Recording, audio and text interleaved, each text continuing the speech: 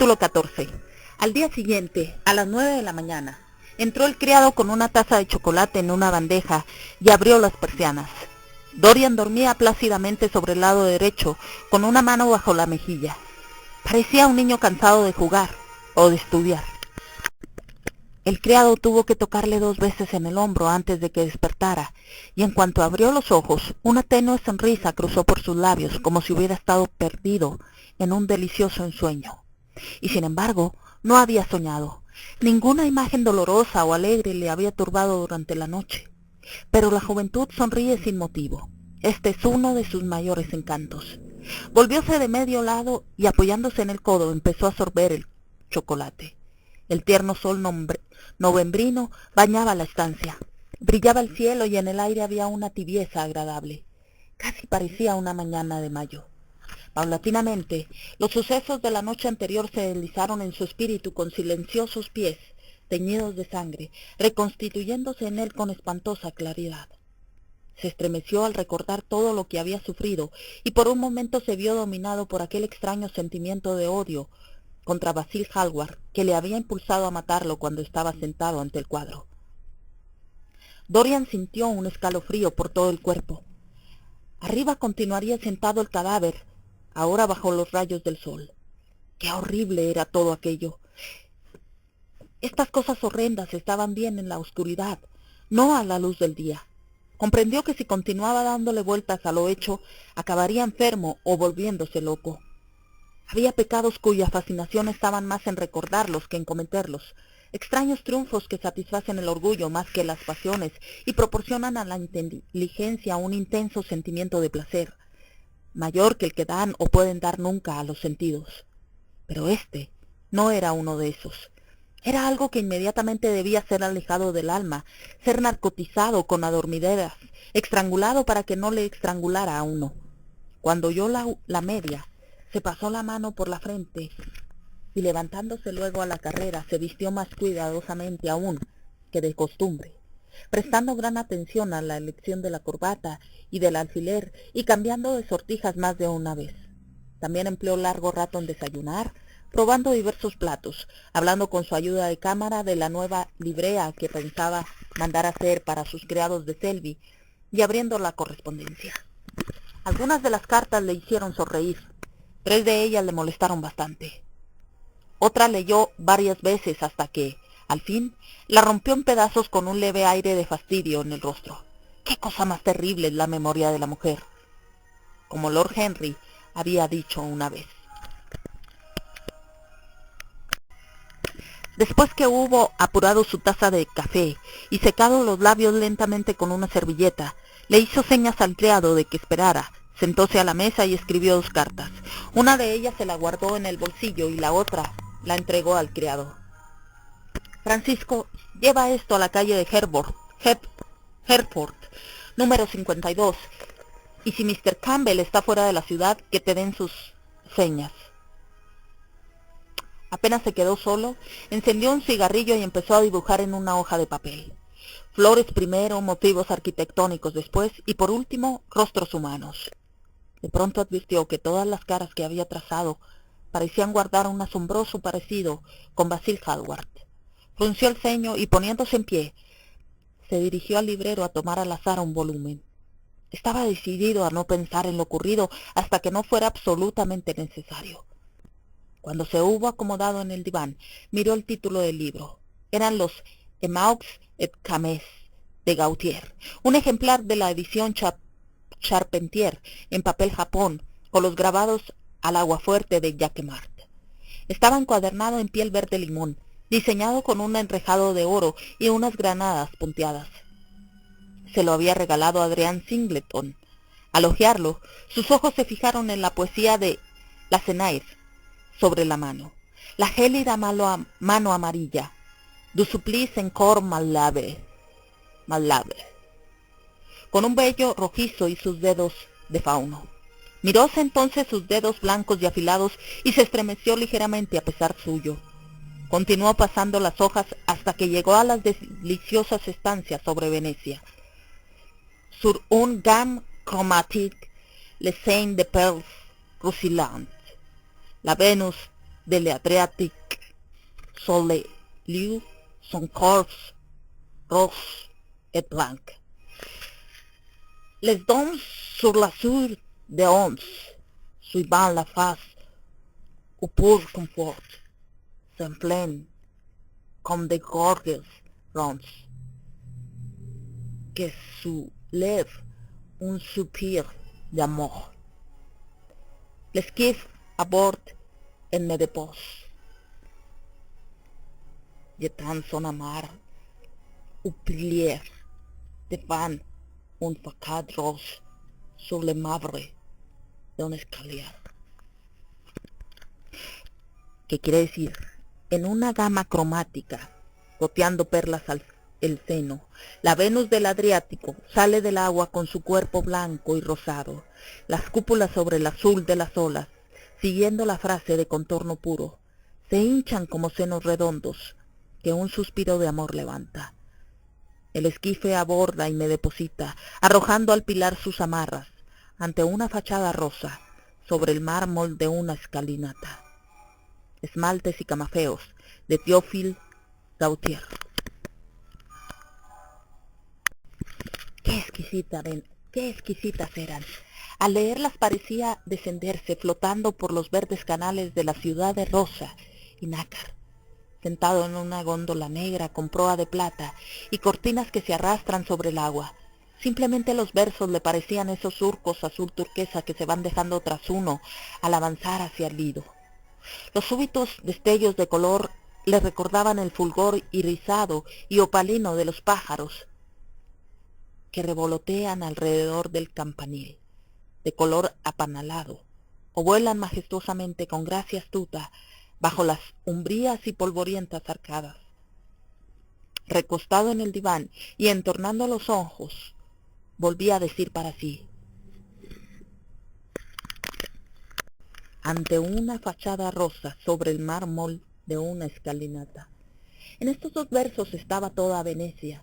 Recordó el otoño que allí pasara y un amor maravilloso que le había incitado a cometer las más deliciosas locuras. En todas partes lo novelesco tiene su asiento, pero Venecia, como Oxford, había conservado el fondo adecuado a lo novelesco, y para el verdadero romántico el fondo lo es todo, y casi todo. Basil le había acompañado parte del tiempo y se había entusiasmado hasta la locura con el Tintoretto. Pobre Basil, qué muerte más espantosa la suya. Suspiró y volviendo a tomar el volumen trató de olvidar. Leyó acerca de las golondrinas que entran y salen volando en el café de Esmirna, a donde los antones sentados en cuclillas cuentan sus rosarios de ámbar y los mercaderes con grandes turbantes fuman sus largas pipas adornadas con borlas y hablan con profunda gravedad entre sí. Leyó acerca del obelisco de la Plaza de la Concordia, que llora lágrimas de granito en su solitario destierro sin sol, añorando las cálidas riberas del Nilo, cubiertas de lotos, donde hay esfinges, ibis rosados, blancos buitres de garras doradas, cocodrilos de hojuelos de agua marina, que se arrastran por el cieno verde y humeante. Se extasió con aquellos versos que, volviendo música un mármol con huellas de besos, hablan de la misteriosa estatua que Gautier compara a una voz de contralto, el monstre charmant, que reposa tendido en la sala de pórfido del Louvre. Pero momentos después, el libro se le cayó de las manos. Estaba nervioso y una horrible sensación de terror se apoderó de él. ¿Y si Alan Campbell hubiera salido de Inglaterra? Pasarían varios días antes de que pudiese estar de vuelta, aunque cabía también dentro de lo posible que se negara a venir. ¿Qué hacer entonces? Cada instante era una importancia vital. Habían sido íntimos amigos en otros tiempos, 5 años antes, en verdad casi inseparables. Luego, la intimidad se rompió súbitamente, y cuando se encontraban en sociedad, Dorian era el único que sonreía. Alan Campbell nunca. Era un hombre joven, inteligente en extremo, si bien carecía del menor sentido de las artes plásticas, y pese a su moderada estimación de la belleza literaria que Dorian le había inculcado. La pasión que le dominaba era la ciencia. En Cambridge Se pasaba casi todo el tiempo trabajando en el laboratorio y al finalizar el curso había alcanzado siempre la máxima calificación en las ciencias naturales. Realmente después continuó fiel al estudio de la química y poseía un laboratorio propio, en el que solía encerrarse todo el día, desesperando a su madre, que siempre había acariciado la ilusión de que se sentara alguna vez en el Parlamento, y tenía la vaga idea de que un químico era un hombre que solamente se dedicaba a hacer recetas.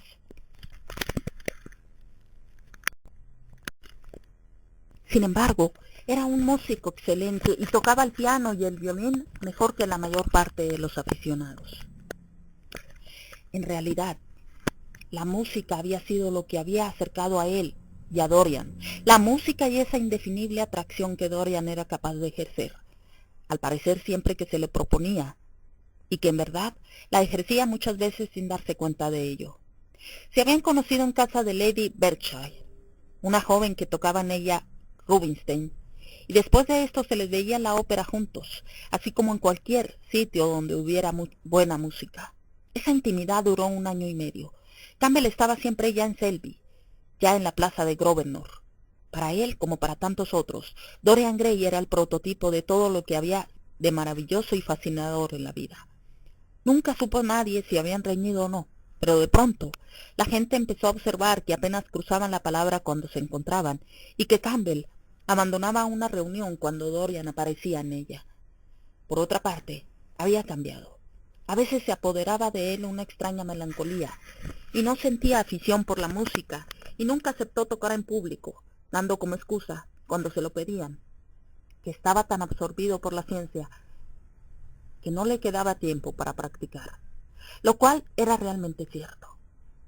Cada día parecía estar más y más interesado en la biología, y su nombre apareció 1 o 2 veces en alguna revista científica, en relación con ciertos curiosos experimentos. Este era el hombre que Dorian estaba guardando. A cada segundo miraba el reloj. Su agitación crecía a medida que pasaban los minutos. Al fin, se puso en pie y empezó a pasear por la habitación de arriba a abajo, como un hermoso animal enjaulado. Su paso era largo y titubeante. Sus manos estaban extrañamente frías. Aquella incertidumbre le parecía insoportable. Parecíale como si el tiempo se arrastrara con pies de plomo, mientras él se veía empujado por un viento monstruoso hacia el borde dentado de un negro precipicio. Él sabía lo que allí le guardaba. Lo veía realmente, y estremeciéndose, apretábase sus párpados ardientes con manos húmedas, como si quisiera privar de la vista a su mismo cerebro y arrojar las pupilas en su cueva. Pero era inútil.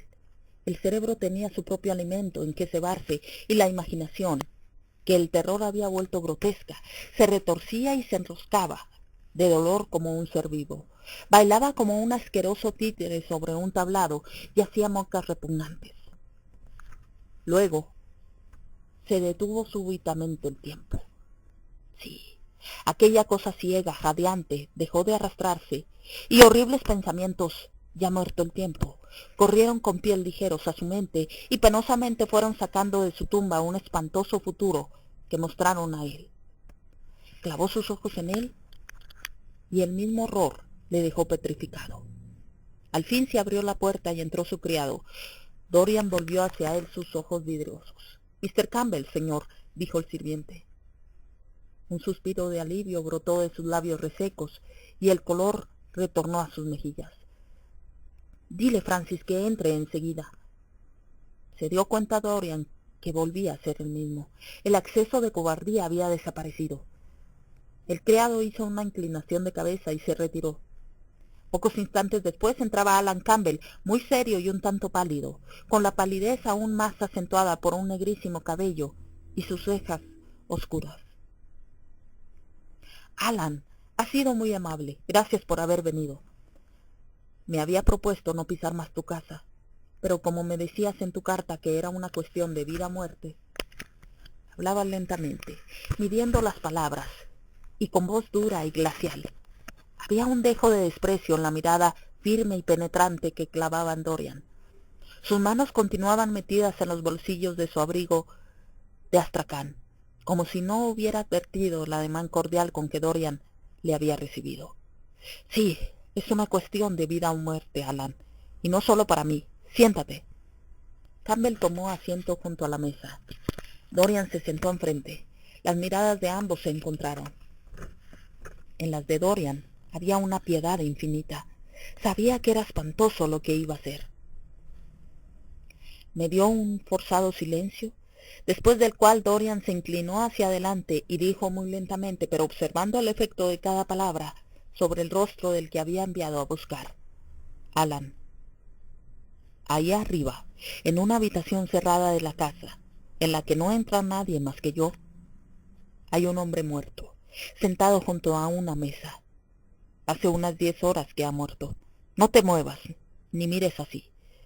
¿Quién es, por qué y cómo ha muerto? Son cuestiones que no te interesan. Lo que debes hacer es... No sigas, Gray. No quiero saber más. Si es cierto o no lo que me has dicho, me traes sin cuidado. Me niego absolutamente a parecer mezclado en tu vida. Guarda para ti tus horribles secretos. No me interesan lo más mínimo. Alan, tendrán que interesarte. Por lo menos este. Lo siento muchísimo por ti, pero no me queda otro camino. Tú eres el único hombre que puede salvar mi vida, y no tengo más remedio que acudir a ti, Alan. Tú eres un hombre de ciencia, sabes mucho de química, y has hecho incontables experimentos. Lo que tienes que hacer ahora es destruir ese cadáver que está ahí arriba. Destruirlo, sí, de tal manera que no quede vestigio alguno de él. Nadie lo vio entrar en la casa. Todo el mundo supone en este momento que se halla en París. No lo echarán de menos hasta que pasen varios meses. Y cuando adviertan su desaparición, no debe haber aquí ninguna huella de él. Tú, Alan, tienes que convertirlo a él, y cuanto a él pertenece, en un puñado de cenizas que yo pueda aventar al aire. ¿Estás loco, Dorian? Estaba llamando que me llamaras Dorian. Te digo que estás loco. Loco al figurarte que yo iba a mover un dedo en tu ayuda. Loco al hacerme esa monstruosa confesión. Vuelvo a decirte una vez más que no quiero mezclarme en tu vida. Hagas lo que hagas. ¿Crees que voy a arriesgar mi reputación por ti? ¿Qué me importa a mí que lleves a cabo esa obra diabólica? Fue un suicidio, Alan. Me alegro. ¿Pero quién lo trajo hasta aquí? Supongo que tú. ¿Entonces te niegas a hacer esto por mí? ¡Claro que me niego! Yo no tengo que hacer lo más mínimo en esto, y me importa un bledo que el deshonor caiga sobre ti. Te lo mereces todo. No vayas a creer que me dolería verte deshonrado públicamente. ¿Y cómo te atreves a buscarme a mí para que yo me haga cómplice de este horror? Yo creía que conocías mejor a los hombres.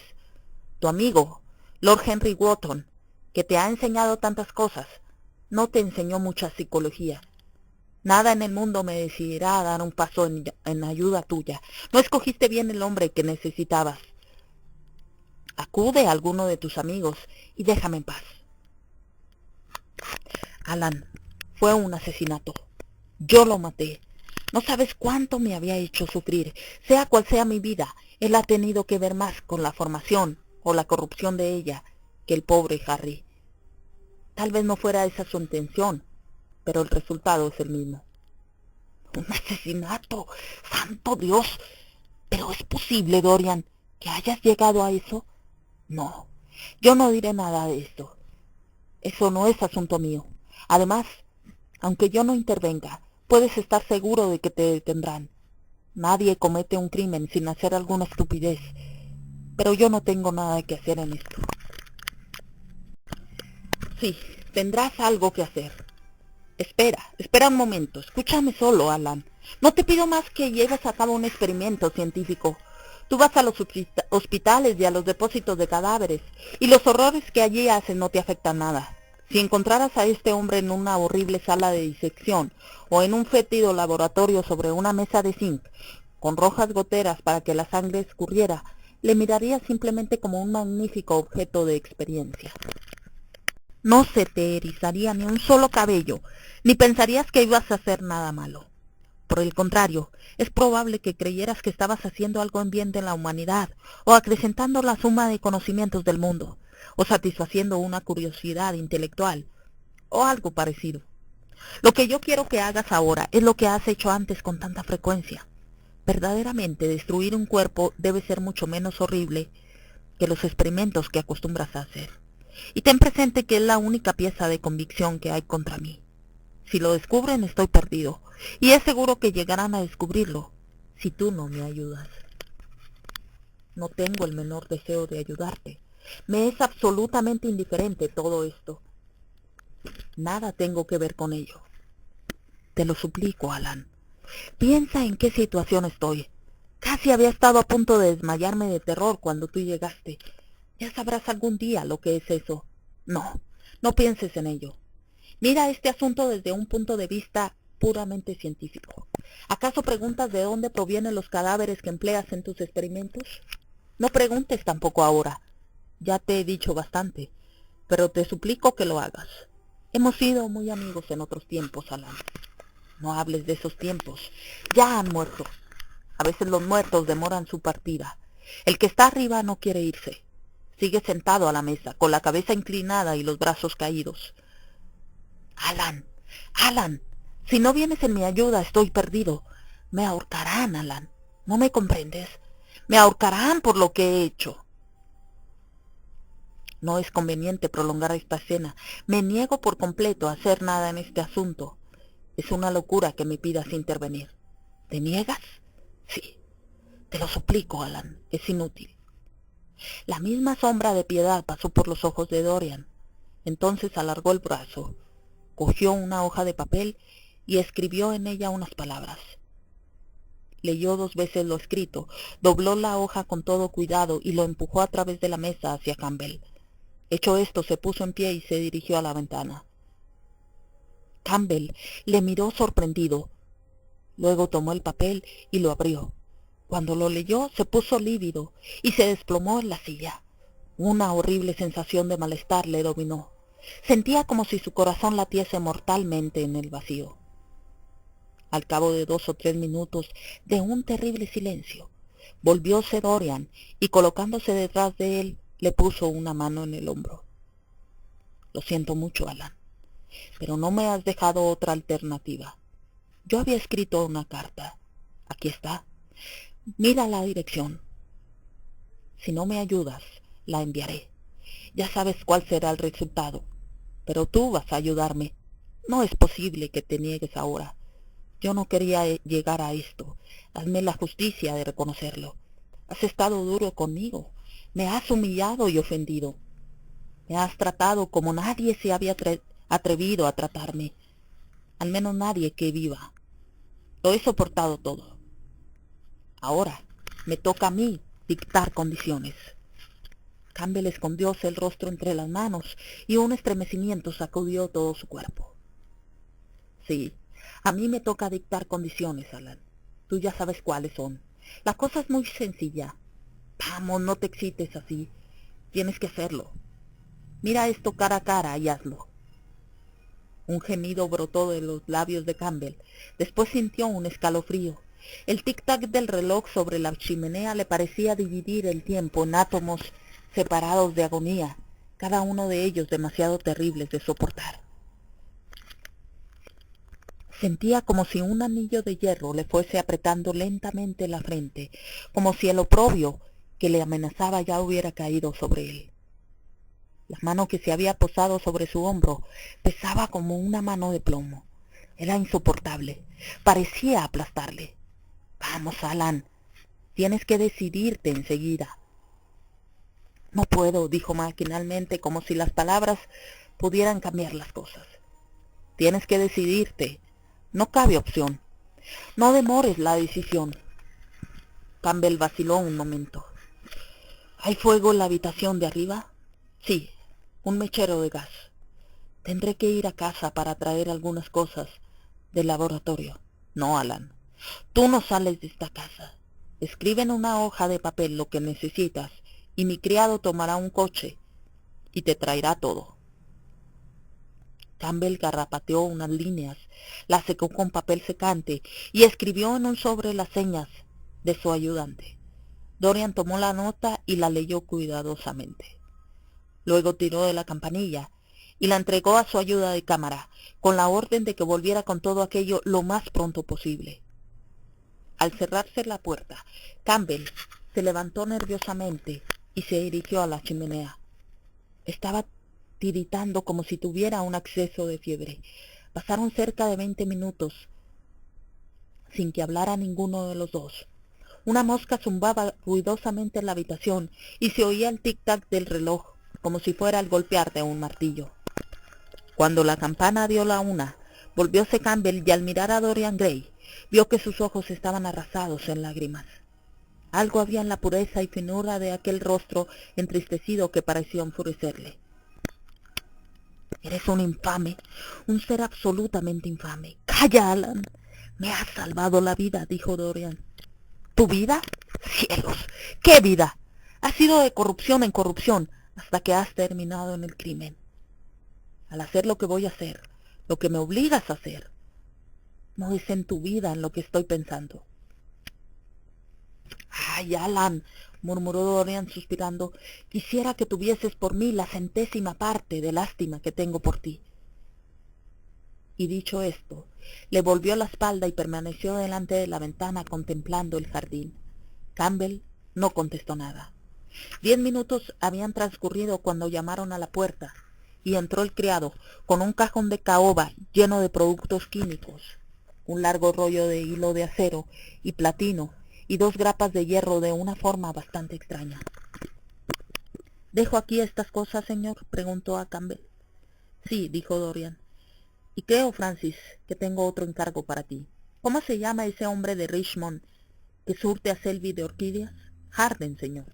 «Sí, Harden. Entonces tienes que ir enseguida a Richmond a ver a Harden, personalmente, para decirle que envíe el doble de las orquídeas que yo le había encargado y ponga el menor número posible de blancas. O mejor será que no ponga ninguna. Hace un día delicioso, Francis, y Richmond es un sitio realmente precioso. De otro modo no te habría molestado con este encargo». «No es molestia, señor. ¿A qué hora debo estar de vuelta?» Dorian miró a Campbell. «¿Cuánto tiempo te va a llevar el experimento, Alan?», preguntó con voz tranquila e indiferente. La presencia de una tercera persona parecía infundirle un valor extraordinario. «Unas 5 horas», contestó. «Entonces será suficiente con que regreses a las 7:30, Francis. O mejor aún, déjame preparado todo para vestirme y dispón de la noche como te plazca. No voy a cenar en casa, así que no te necesitaré». «Gracias, señor», dijo el criado saliendo de la estancia. «Ahora, Alan, no podemos perder ni un momento». «¡Qué caja más pesada! Yo la subiré. Trae tú las otras cosas». Hablaba rápidamente y en tono autoritario. Campbell se sentía dominado por él. Juntos salieron de la habitación. Al descanso de la escalera, Dorian sacó la llave y le dio una vuelta dentro de la cerradura. Después se detuvo y una sombra de inquietud pasó por sus ojos. Dorian se estremeció. «Creo que no voy a poder entrar, Alan». «Me da lo mismo. No te necesito para nada», dijo Campbell fríamente. Dorian entreabrió la puerta. Luego pudo ver el rostro de su retrato mirándolo de soslayo a la luz del sol. En el suelo, frente a él, estaba la túnica desgarrada. Recordó que la noche anterior, por primera vez en su vida, se había olvidado de tapar el lienzo fatal, y ya iba a precipitarse hacia él cuando retrocedió aterrorizado. Qué repugnante rocío rojo era el que relucía, húmedo y resplandeciente sobre una de las manos, como si el lienzo hubiera sudado sangre. Qué horrible era aquello. Más horrible le pareció en aquel momento que aquel mudo objeto que él sabía yacía contra la mesa, aquella masa cuya sombra grotesca y desfigurada sobre la manchada alfombra le mostraba que no se había movido y continuaba allí, tal como lo había dejado. Exhaló un profundo suspiro, abrió la puerta un poco más y con los ojos entreabiertos y desviando la cabeza, se precipitó hacia adentro, decidido a no mirar una sola vez al muerto. Luego, deteniéndose y levantando la cortina de púrpura y oro, la arrojó sobre el cuadro. Allí se quedó, temiendo volverse, con los ojos fijos en los arabescos del bordado que había ante él. Oyó a Campbell cuando entraba con el pesado cajón y los hierros y demás cosas necesarias a su espantoso trabajo. Se preguntó entonces si él y Basil Hallward se habían conocido alguna vez, y de ser así, ¿qué pensarían uno del otro? «Ahora déjame solo», dijo una voz severa detrás de él. Dorian se volvió y se precipitó fuera del cuarto, apenas sin haberse dado cuenta de que el cadáver ahora estaba echado hacia atrás, sobre el respaldo de la silla, y que Campbell estaba examinando aquel rostro amarillo y luciente. Cuando bajaba la escalera oyó cómo la llave daba una vuelta dentro de la cerradura. Ya eran mucho más de las 7 cuando Campbell regresó a la biblioteca. Estaba pálido pero completamente tranquilo. «Hice lo que me pediste», murmuró. «Adiós, pues, y quiera Dios que no volvamos a vernos más». «Me has salvado de la ruina, Alan. Jamás podré olvidarlo», dijo Dorian simplemente. En cuanto Campbell salió, subió. La habitación olía espantosamente a ácido cítrico, pero la cosa que estaba sentada a la mesa había desaparecido.